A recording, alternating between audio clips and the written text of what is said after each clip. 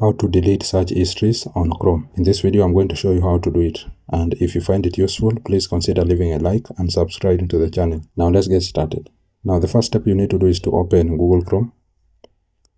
Then once it has opened, you will be able to see your search histories. Now if you tap on that search, you'll be able to see your search histories here.